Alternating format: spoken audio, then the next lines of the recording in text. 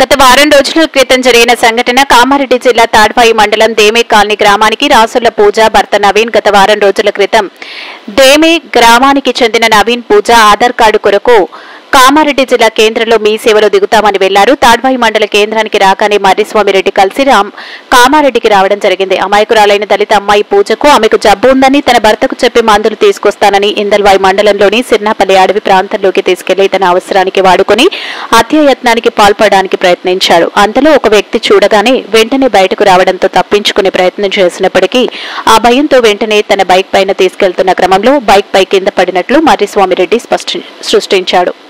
ఆమెకు బలమైన గాయాలు కావడంతో నిజామాబాద్ జిల్లా ప్రభుత్వ హాస్పిటల్ కు తరలించారు. అక్కడి నుంచి మెరుగైన వైద్య చికిత్స నిమిత్తం హైదరాబాద్ లోని ఉస్మానియా హాస్పిటల్ కు తరలించారు. చికిత్స పొందుతూ సోమవారం రోజు పూజ మృతి చెందారు. పూజ మృతి చెందిన విషయం తెలుసుకున్న కుటుంబ సభ్యులు దేమే గ్రామానికి చేరుకుని మర్రిస్వామిరెడ్డి ఇంటి ముందు ఆందోళన నిర్వహిస్తున్నారు. మృతికి గల కారణం మర్రిస్వామిరెడ్డిని కఠినాతి కఠినమైన శిక్ష విధిస్తూ అతనిపై అట్రాసిటీ కేసు నమోదు చేయాలని కుటుంబ సభ్యులు కోరుతున్నారు. అయితే ముందస్తు జాగ్రత్త, ఎలాంటి గొడవలు జరగకుండా తాడ్వాయి సదాశివనగర్ గాంధారి పోలీసులు పెద్ద ఎత్తున చేరుకుని ఎలాంటి సంఘటనలు జరగకుండా చూసుకోవడం జరిగింది. అయితే కామారెడ్డిలో దొరికితే తెలియదు, కాకపోతే ఇందల్వాయి వెళ్దామని చెప్పింది కాబట్టి ఇందల్వాయి వెళ్ళిరు. రిటర్న్లో వచ్చేటప్పుడు మానభంగం అయింది, పీడి చచ్చి పడిపోయింది. అది వాస్తవమో కాదా తెలియదు, కానీ మానభంగం అయితే చేసింది వాస్తవం. ఇది పక్క అది లంబడైనా చూసిండు, చెప్తా అన్నాడు. మళ్ళీ వెనక సీరు లంచం పడేయంగానే వెనకకు బ్యాక్ సైడ్ అయిండు, అది కూడా వాస్తవమే. ఇప్పుడు ఏంటంటే మాకు ఆడపిల్ల తరపు నుంచి కానీ మగపిల్ల తరపు నుంచి కావాల్సింది మాకు న్యాయం. మేము న్యాయం అయ్యేదాకా ఇదే పోరాటం చేస్తాము. ఆ శవాన్ని అయినా మర్రిస్వామి వాళ్ళ ఇంటికన్నా పెడతాము.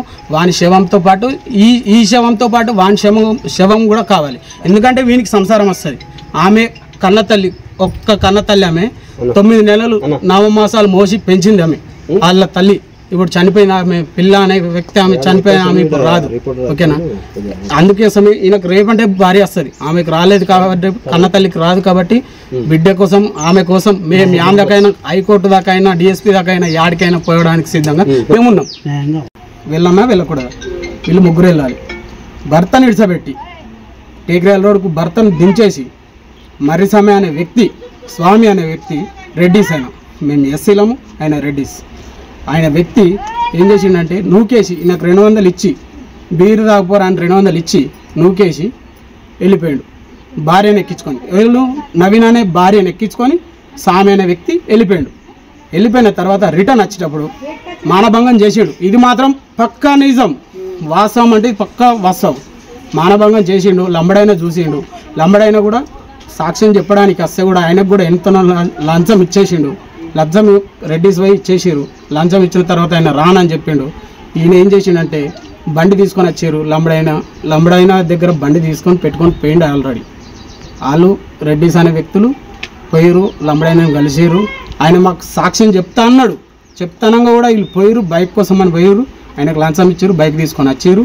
వచ్చినందుకు ఆయన ఇప్పుడు నిన్న ఇందల్వాయి స్టేషన్కి పోయినాం.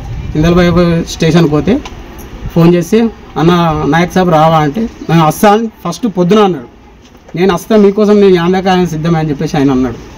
అన్న తర్వాత మళ్ళీ మధ్యాహ్నం ఇదే మాట, మధ్యాహ్నం లేదు నాయక్ సాబే. మధ్యాహ్నం ఏమన్నాడంటే, నేను రాను, మీరు నన్ను భయపెడుతురు, మీ దేమే నుంచి నాకు ఎన్నో ఫోన్లు వస్తున్నాయి, నన్ను భయపెడుతురు అని వాళ్ళ భార్య మాట్లాడింది. ఆయన మాట్లాడింది, ఆయన డ్రాప్ అయిపోయాడు. డ్రాప్ అయిపోయిన తర్వాత మేమేమనుకుంటున్నామంటే మానభంగం చేసింది వాస్తవము, వాళ్ళిద్దరికి లింక్ ఉన్నది వాస్తవము. ఈయనకేం తెలియదు. చిన్నపిల్లాడు అంటే చిన్నపిల్లాడు ఏం కాదు, ఇప్పుడు సంసారం వచ్చింది కాబట్టి చిన్నపిల్లాడు ఏం కాదు. ఓకేనా? మానభంగం చేసిండు, తీసుకొచ్చిండు, చంపేసిండు, సర్కార్ దవాఖానలో పడేసిండు. సర్కార్ దవాఖానలో పడే. నా పేరు బాలరాజు. నాకు మేనగోడలు అవుతుంది, చనిపోయిన పిల్ల బిడ్డ అవుతుంది. మేము మేనగోడలు, ఈమె బిడ్డ నాకు బిడ్డ అవుతుంది. మాకు చాలా దగ్గర సంబంధం. అయితే మంగళవారం రోజు నవీను, మా బిడ్డ పూజ, వీళ్ళిద్దరు కామారెడ్డికి ఆధార్ కార్డు కోసం బయలుదేరితే మార్గ మధ్యంలో వీళ్ళకు డైలీ కూలికి పోయే కాపైనా మార్గ మధ్యలో కలిసి మీరు ఏరికి వెళ్తారని చెప్పేసి అంటే, మేము ఇటు వెళ్తున్నామంటే నేను కూడా అటు వెళ్తున్నా అని చెప్పేసి బైక్ ఎక్కించుకొని ముగ్గురు కామారెడ్డికి పోయిర్రు. ఆధార్ కార్డు అప్డేట్ చేసుకున్నారు.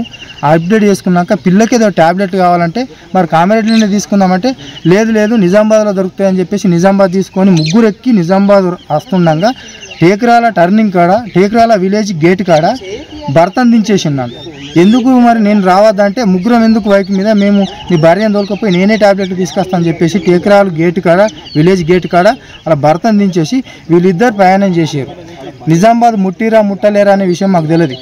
మొత్తానికి ఇందల్వాయి జంగలకు తీసుకుపోయి వాని ఇష్టం ఉన్నట్టుగా ప్రవర్తించుకొని అనుభవించుకొని బయలుదేరే సమయంలో ఒక 2 గంటలు అనుభవించుకొని బయలుదేరే సమయంలో అక్కడైన ఎస్టీ యొక్క లంబడైన చూసి వీళ్ళు గుట్టలకి వెళ్ళి స్పీడ్గా బైక్ వస్తుందని చెప్పేసి ఆయన వెనుక ఫాలో చూసి ఈమె ఎక్కుతుండగానే పడ్డ విషయం ఆయన చూసిండు, చెప్పిండంట ఆల్రెడీ. ఇది సంగతి సార్.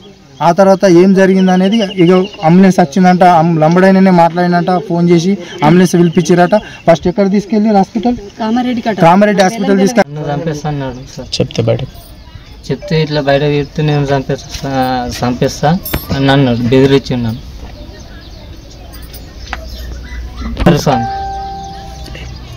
మరిసాం బెదిరించాను సార్.